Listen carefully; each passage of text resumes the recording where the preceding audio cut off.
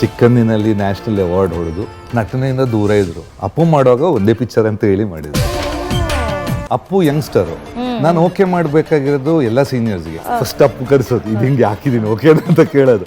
ಅವ್ರು ಓಕೆ ಅಂದ್ರೆ ಅವ್ರು ಕನ್ವಿನ್ಸ್ ಮಾಡ್ತಾರೆ. ತಾಲಿಬಾನ್ ಅಲ್ಲ ಸಾಂಗ್ ಮಾಡಿದಾಗ ರಿಯಾಕ್ಷನ್ಸ್ ಹೆಂಗಿತ್ತು ಗುರುಜಿ? ಲೆಕ್ಕ ಹಾಕೊಳ್ಳಿ, ನಾನು ಫಸ್ಟ್ ಮ್ಯೂಸಿಕ್ ಮಾಡೋದು ಅದು ಅಣ್ಣವ್ರ ಕಂಪನಿಗೆ. ಈ ತರ ಮಾಡಿದ್ರೆ ಆಗ ಏನ್ ಅಂದ್ಕೋತಾರೆ ಅನ್ನೋ ಭಯ ಇತ್ತು.